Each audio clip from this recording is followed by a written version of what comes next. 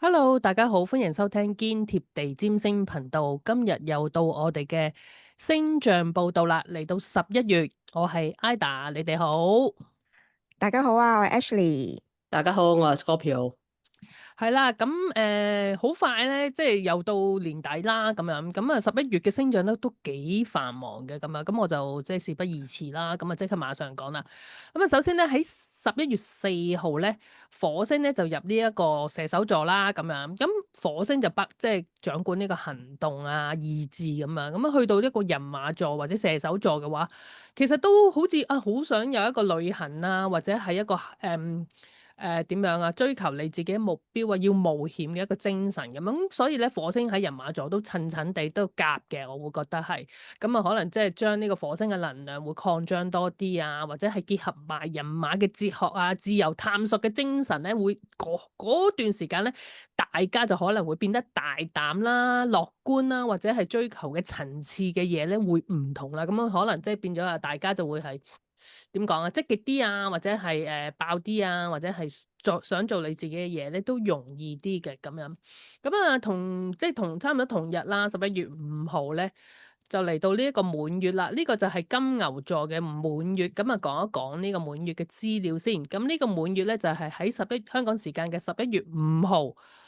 晚上嘅9點19分就喺呢一個金牛座嘅13度月亮對分呢個太陽13度天蠍，咁呢一個滿月咧就即係其實講緊即係水星就入咗人馬座，其實已經入咗水星嘅陰影期，咁一陣間會講下呢個水星逆行咁樣嘅，咁佢入邊嘅相位係點？呢個就要交俾阿 Scorpio 你。講一講呢個滿月同有乜嘢會掛鈎，或者大家要留意啲乜嘢啦？好啦，咁啊嗱，今次呢個滿月咧就係呢個金牛座嘅滿月啦。咁啊就咧，咁作為一個滿月咧，咁佢自然一個太陽咧，咁啊就喺佢對分嘅軸線上面就係天蠍座嘅軸線度啦。咁啊呢個天蠍金牛嘅軸線咧，都係個財經嘅軸線嚟嘅。咁啊就而且仲有喺呢一個滿月裏面咧，咁就有一個好緊貼嘅相位咧，就係呢個火星啦，同埋呢個水星咧，喺呢個人馬座度咧，就對分緊喺呢個雙子座度逆行緊嘅呢個天王星嘅。咁啊呢一個組合咧，其實因為咧呢個屬於一個財產嘅軸線嘅時候咧，再加埋呢個水星咧已經進入咗呢個前陰影期嘅時候咧，咁就大家都要小心下呢個即係財務上面嘅震動啊等等嘅嘢。咁啊，尤其是近年咧嗰個 AI 股票咧，咁啊其實都俾人哋炒得好高好熱下嘅。咁啊，大家都要小心呢個市場過熱嘅情況嘅。咁啊，就仲有喺呢一個仲有呢個滿月裏面咧，咁我哋都見到呢一個木星啦，同埋呢個土星啦，仲有呢個海王星啦，都係一個三分相嘅。咁啊，佢都勉強就同呢個水星同埋火星咧，就咧產生嗰個大三角嘅。咁啊，由於呢個木星咧都係一個情緒嘅放大器嚟嘅，咁啊木星有擴張放大嘅情況啦。咁但係佢同時又同呢個土星咧產生咗一個咁緊密嘅一個三分相嘅相位嘅時候咧。咁其實尤其是呢個滿月嘅題目咧，都係同呢個財務有關係嘅時候咧，大家就要小心呢個恐懼同埋貪婪呢兩種情緒咧，係過度拉扯，導致到咧大家喺財務上作出一個不理性嘅抉擇嘅。咁啊，大家有冇補充咧？我覺得你講得好好，呢個恐懼同埋貪婪嘅拉扯係好形容到呢一個天蠍同金牛嘅軸線咯。嗯嗯嗯，當然啦，係啊，冇補充。因為係啊，木星嗰個情緒嘅擴張，我覺得應該呢排嘅美股大家都感受到嗰個情緒暴漲嗰個升溫嗰個感覺啊，其實感受到。可能呢條片出街嘅時候已經未必係咁嘅環境。咁我哋係。講下啦，我哋今日錄影嘅時候係10月26號嘅，至少暫時咧喺呢個10月26號嘅時候咧，係大家都對住美股啊等等嘅嘢咧，都係一種追捧啊等等嘅嘢。尤其是最勁嗰幾間科技巨頭咧，大家總係覺得佢永遠升唔會跌㗎嘛。但係我都係建議大家小心啲，希望呢條片出街嘅時候唔好太遲啊。係。總之大家入到11月就要警惕啲啦，咁樣。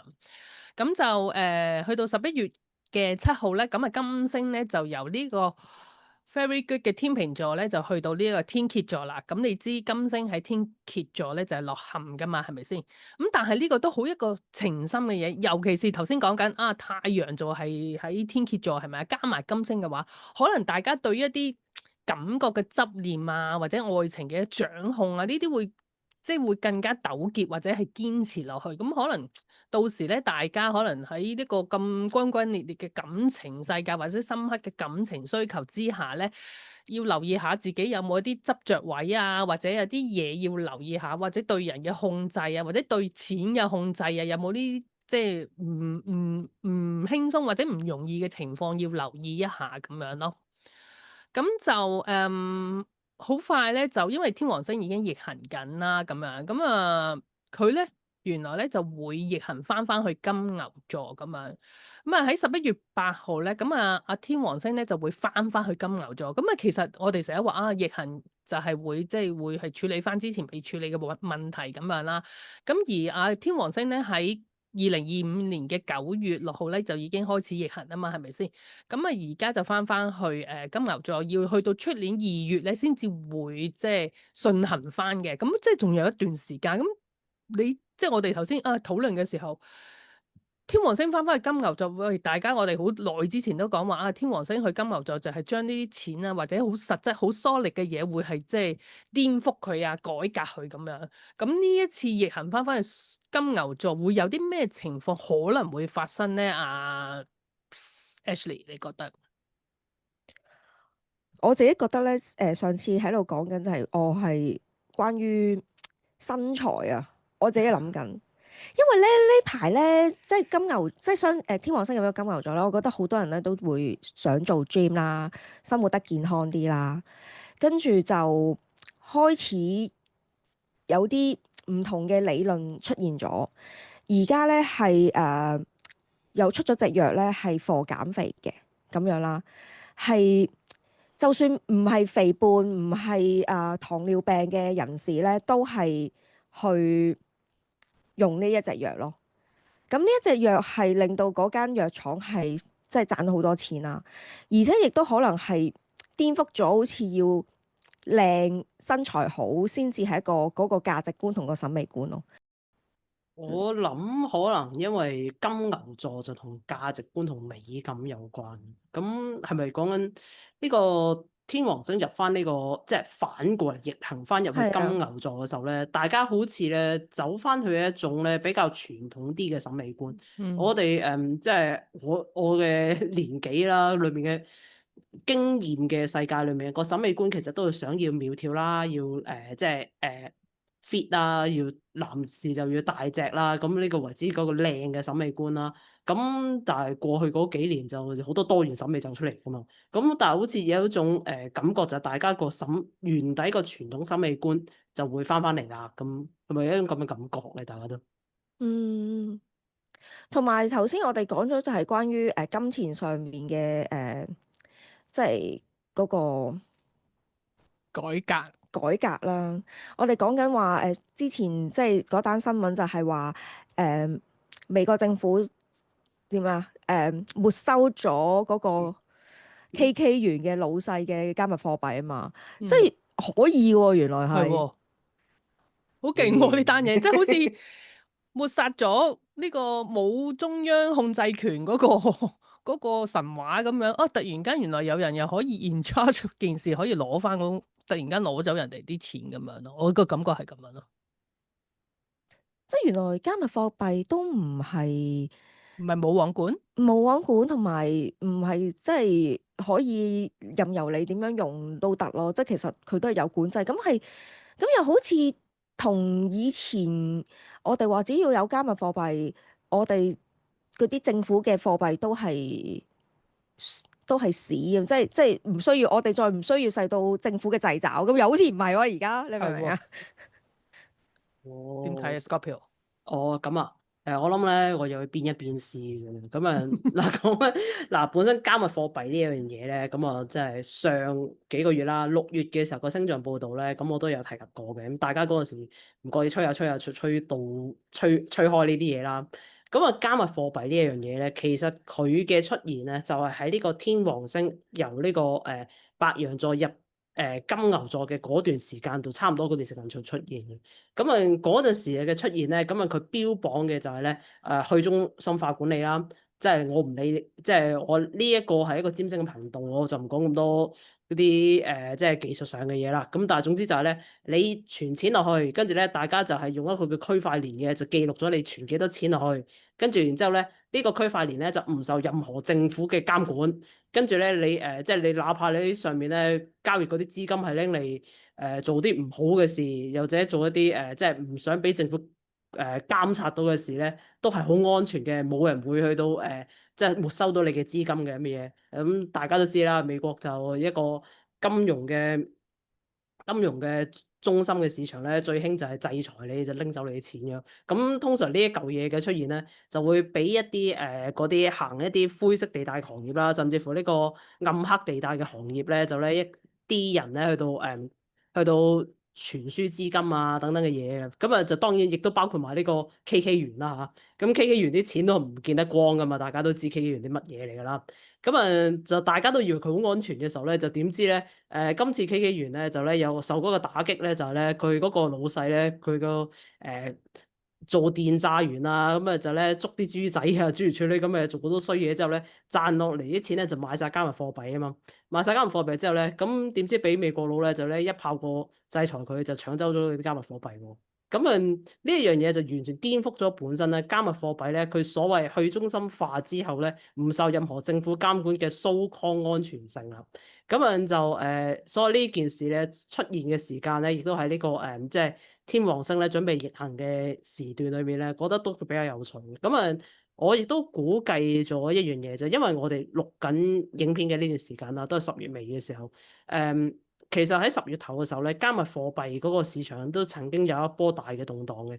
不過當然加密貨幣本身都動盪得好厲害㗎啦。咁但係就你話加密貨幣動盪未至於係一個好值得去討論嘅事，但係更加值得去討論嘅嘢就係咧，當初佢嘅出現就係大家都認為佢係可以唔受政府嘅監管，唔受政府嘅控制。我哋係即係哪怕呢個地球上面所有政府都收晒檔，咁大家咧只要你仲有條加密貨幣嘅所寫到你嘅錢係安全嘅，佢當初標榜嘅係咁，但係而家似乎咧呢個所謂嘅安全咧都會產生咗個裂痕啦。咁啊到最後有啲咩係安全咧？咁我哋就睇呢個天王星咧翻入去呢個金牛座之後咧，我哋拭目以待，就可以翹埋雙手睇下邊啲資產真正嘅安全。所以呢期咧大家嘅投資者就小心啲。唔好太過追高。即係要去到出年先至可能再有啲清晰嘅畫面出現，睇下個加密貨幣搞成點樣啊？結果係有所機會以而家人哋錯追求穩定嘅貨幣就會係黃金咯，因為黃金升咗好多，係咪啊？係啊，即係翻返去等佢金牛時係代啊，啊，土山地羊啊時代係啊。泥土啊，呢啲石頭啊，嚟到挖出嚟嘅嘢啦，就係呢但係啲啦。鑽石反而係跌咗喎，即鑽石唔值錢㗎，賣出去你就知㗎啦。鑽石唔值錢嘅，得個靚係字。啊！再講變財經㗎啦，得㗎攞。好，下一個星象咧就係、水星逆行喎。咁啊頭先講啊水星喺射手座啦咁樣，咁水星喺射手座已經麻麻地嘅，即係大家都知道，哇太多資訊啊，阿射手本人就整理唔到啊，係咪？Too much information 咁嘛。咁啊逆行喎，咁你都知啊，即係頭先我哋頭先講緊咁多嘢，都係關於呢啲財經啊、投資啊、股票嘅話，喂水星逆行呢單嘢其實都係對呢啲即係股票啊或者係投資嘅嘢咧，都會好有影響嘅。咁就要小心啦，係咪先？咁啊，我講一講嗰個水星逆行嘅資料先。咁啊，水星咧就會逆行至到11月底咁樣啦嚇，喺人馬座嘅逆行6度嘅逆行翻去天蠍座20度，咁即係會橫跨兩個星座啦，咁樣咁其實而家已經踏入咗呢一個即係10月21號咧，已經踏入咗呢一個水星嘅陰影期嘅天蠍座20度嗰個位置啦，咁要去到月底喎，咁月底先至水星結束，而嗰個 pose 嘅 shadow 嘅時間咧，就要去到12月16號咧，整個水月咧先至會退散嘅。所以都持續1-2個月啦。大家要小心啦。但係要留意嘅嘢咧，Scorpio 你要同大家講下水星逆行要留意啲乜嘢啦。哦，咁因為咧講起呢個今啱講股票咁繼續講落去啦。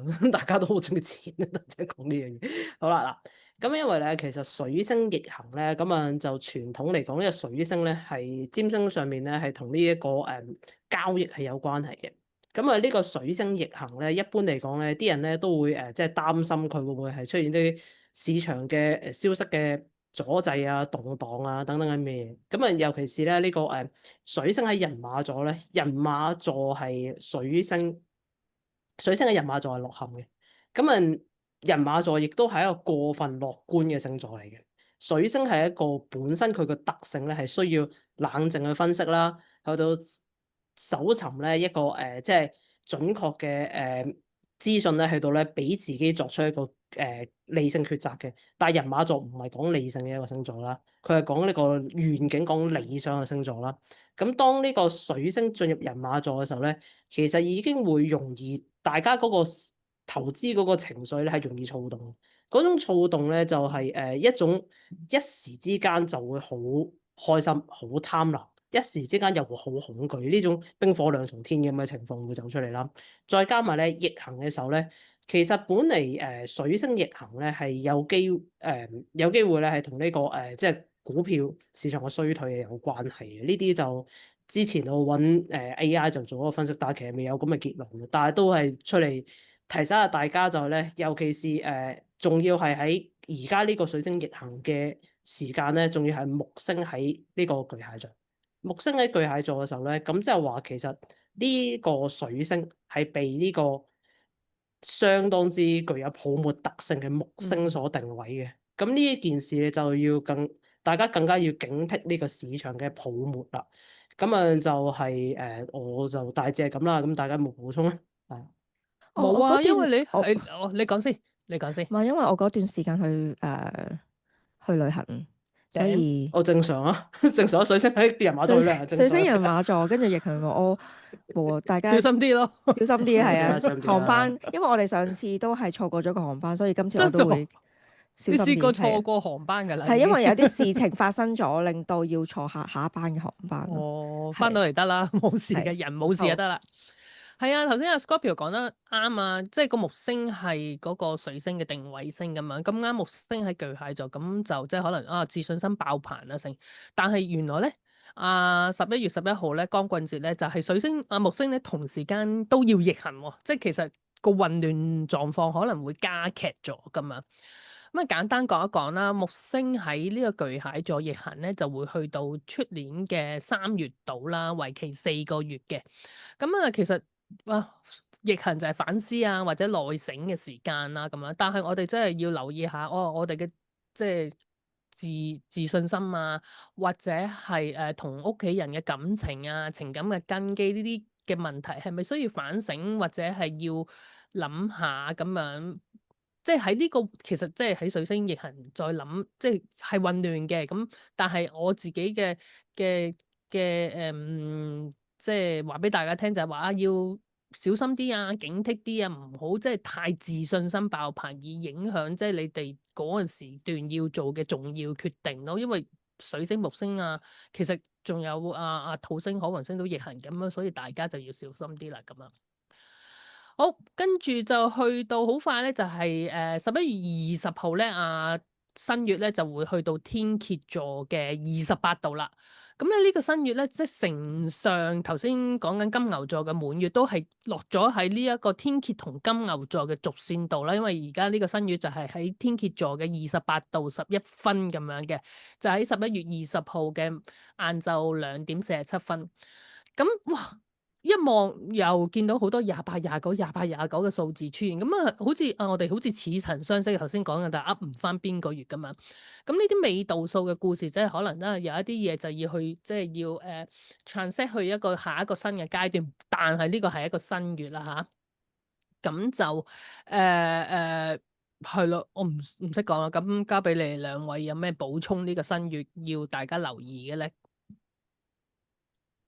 好啦，咁我講一講啦，因為嗱呢個新月咧，佢就係發生喺呢個月亮喺天蠍嘅28度11分嘅，咁佢隔離就傍咗一粒咧水星，都係呢個逆行中嘅水星啊，就咧喺呢個天蠍座28度27好分，近喎，佢哋係好近黐埋一齊即係其實佢係合上介乎於喺呢個點樣啊？核心內圍定係喺核心外圍嗰個位置喎，差唔多佢有係冇去到核心咧？都都幾近啊，核心但未㗎，係未啊，去到核心，未去到核心嘅真係嚴重照相呢一單嘢係好危險，真心我覺得。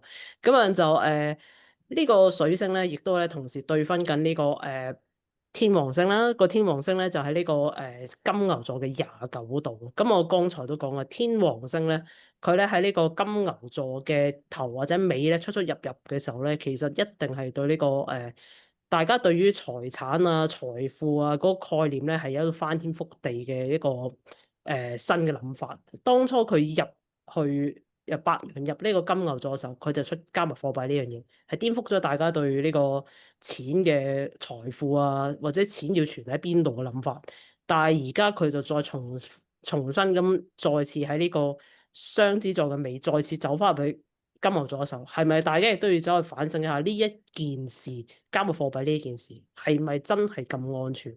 係咪真係咁值得咧高枕無憂咧？咁呢一樣嘢咧，大家都要真係，大家有帶住個理性去諗呢樣嘢。雖然我覺得喺呢個天象底下，大家都好難理性咁啊。係啊，咁天蠍點理性啫？係啊，即係好多可能喺執念嗰一刻啊你唔小心，原來你已經喺股票市場蝕咗幾千蚊，你已經癲咗啦。可能嗰個情緒已經好唔穩定，即係你好難會再冷靜到咯。我會覺得係咁樣。蝕完仲要覺得一定冇嘢，一定上得翻去嗰啲咧，嗰種執念啊，先係。係真係，仲有呢一個咧，月亮咧，同時啊，佢又係好多未度數啊，三分上緊呢個巨蟹座嘅木星啦，亦都呢個三分上緊呢個喺雙魚座嘅呢個土星同埋呢個海王星，呢個水象大三角嚟嘅。水象星座咧就真係情緒主導得好緊要。咁永遠投資市場咧，大家都係講情緒嘅，即係你認真講，走入去買股票啲阿婆師奶有幾多真係理解 Nvidia 背後做緊乜？邊個真係理解Tesla FSD 嘅幾多個 version 啊？裡面咧有幾多嘅技術含量，佢哋係從來唔會知嘅。但係咧，佢就係全世界買咪跟住買咯，全世界驚咪跟住驚咯。咁啊嗱，呢一種咧，呢一個新月咧就有啲危險，就係咧，其實咧，因為咧佢比起上一個滿月咧，佢啲各個行星之間度數係更加緊密，更加緊密嘅時候咧，大家咧可能咧嗰個情緒咧嘅波動咧就更加強烈嘅。咁啊呢一點又更加小心啦。所以就有啲嘢大家即係我講緊投資呢樣嘢咧，除非你投機，除非你係借錢去炒嗰啲，如果唔係有啲嘢咧，你明白到你投資緊嗰件事真正嘅內在價值係非常之重要，就唔好淨係睇個短時間嘅嗰個波動，亦都唔好貪心走去覺得呢樣嘢升喎，借錢去買先呢啲咁嘅，其實真係好危險，我真係良心去奉勸大家，尤其是呢個天象底下咧，係大家個情緒會推得好高漲，咁啊，大家有冇啲咩嘅補充？係啊。如果喺個人層面上面咧，都係奉勸一啲即係有尾度數嘅朋友仔啦，即係獅子座啊，即係我係覺得頭先阿 Scorpio 講得好好嘅，因為我覺得啲情緒應該喺嗰段時間，又係11月份咧，係最高漲。可能你對家屋企事情啊，或者係身邊事業即係去工作上面啊，都可能有好多你放唔開嘅嘢咯。同埋啲情緒會困擾住你，點解我做唔到㗎？點解嗰個人咁樣針對我㗎？你真係會好多呢啲嘅想法咯。咁但係你要記得呢件事就係其實都係情緒一過就有解決方法嘅。你放低下你自己嘅一啲嘅固有嘅諗法。咁但係仲有我覺得恐懼喎，Ashley 可能都係要自己處理。你都知道，即係逼自己唔好諗恐懼，唔好驚係咪？唔可以逼喂點逼啊？佢自己係勁逼自己係諗好我多嘢，明令到即係嗯好多嘢去好似好世界好危險咁樣噶嘛？你明唔明啊？跟啲情緒嗯一到，佢哋就會冇一啲嘅理性思考咯。咁但係冇辦法，你就過咗11月份，成件事就會好咗好多噶啦。唯有係咁樣係講，係啊，係。嗯咁咧，太陽咧喺11月22號咧就去人馬座啦，咁啊輕鬆翻啲啦，因為始終人馬都係比較easy going 啊，或者係樂觀啲咁樣嘅。咁就跟住咧就去到11月28號咧，阿土星終於都順行，即係頭先我哋講緊哇新月嘅時候，其實哇有幾多粒星係逆行緊啊？新月嗰陣時，水星啦、木星啦、土星啦、天王星同海王星都逆行緊喎，咁啊，阿土星終於都喺雙魚座順行啦。咁啊，對咩星座係最開心咧？我相信就係雙魚座。點睇啊，Ashley？有冇啲好就嚟會放監嘅感覺定係點樣咧？其實真係冇啊，即係唔係？其實呢個只係參考我自己個人星盤嘅啫，就同其他雙魚座冇關嘅。因為我有大堆星喺白羊座，所以都係繼續接受即係土星嘅繼續挑戰。接受挑戰。係冇錯，對我嚟講係另外一個 session 啊，就係、但係會唔會對雙魚座真係會好少少咧？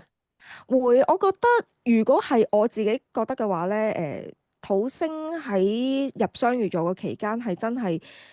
即係諗成長咗好多，個人踏實咗好多啊！個啊 bubble 對爆咗啊！AI bubble 啊，呢個 Yeah AI bubble 越嚟越大哦，雙魚座個 bubble 越嚟越少，唔係冇係少咗，難得理性、難得清醒嘅一年。係啊，難得落地，係終於落地咗啦落，very good。地咗。咁啊，去到最後啊，水星咧就頭先講啦，喺月底就會順行啦。咁所以去到11月29號咧，阿水星咧就會喺天蠍座順行啦。咁就會慢慢就會行翻去人馬座咁樣。咁就11月嘅星象就完畢啦，都幾忙啦，聽落去係咪先？但係有冇一個總結俾大家咧？阿 Scorpio 總結就係呢一個月份咧，就真係控制住自己嘅貪心，亦都呢、個唔需要咧讓自己咧被恐懼所捲走，因為都會係一個一嚟水象星座嘅嗰個相位比較多啦，二嚟就會係嗰個本身我哋現時面對嘅呢個世界咧，即係至少我暫時錄音嘅呢個時間啦。嗰個地緣環境嘅衝突啊，等等嘅嘢咧，都係令大家嗰個不安情緒持續喺度升溫。咁其實人一不安嘅時候，就會進行嗰種不理性行為嘅。再加埋下個月咁嘅星象嘅時候咧，呢種不理性咧，就恐怕會推到去極點啊！咁啊，呢一點就大家要小心啦。即係呢個終歸大家荷包嘅錢就係即係最實在嘅嘢，就無謂為自己一時嘅 feel good。一時嘅恐懼，一時嘅開心，咁啊去到冤枉咗佢，咁就唔係好值呢件事就係。Ashley 有冇補充？冇啊，攞翻啲理性思考翻嚟咯，即係冷靜啲，大家好理性地冷靜啲叫大家攞翻啲理性思考翻。係啊，冷靜啲，大家唔好跟住個情緒走，同 Scorpio 話齋，係啊，唔好聞風起舞，係就係咁樣。好，嗯就係咁樣啦。咁所以即係大家即係希望，即係11月星象可以話到俾大家聽，喺11月要點樣留意啲乜嘢咁樣啦。咁我哋就下一個月就係即係2025年嘅最後一個月啦。咁到時再同大家分享嘅星象報導，好冇？就咁樣，好，拜嗯，拜。拜拜。好，下個月見，拜拜。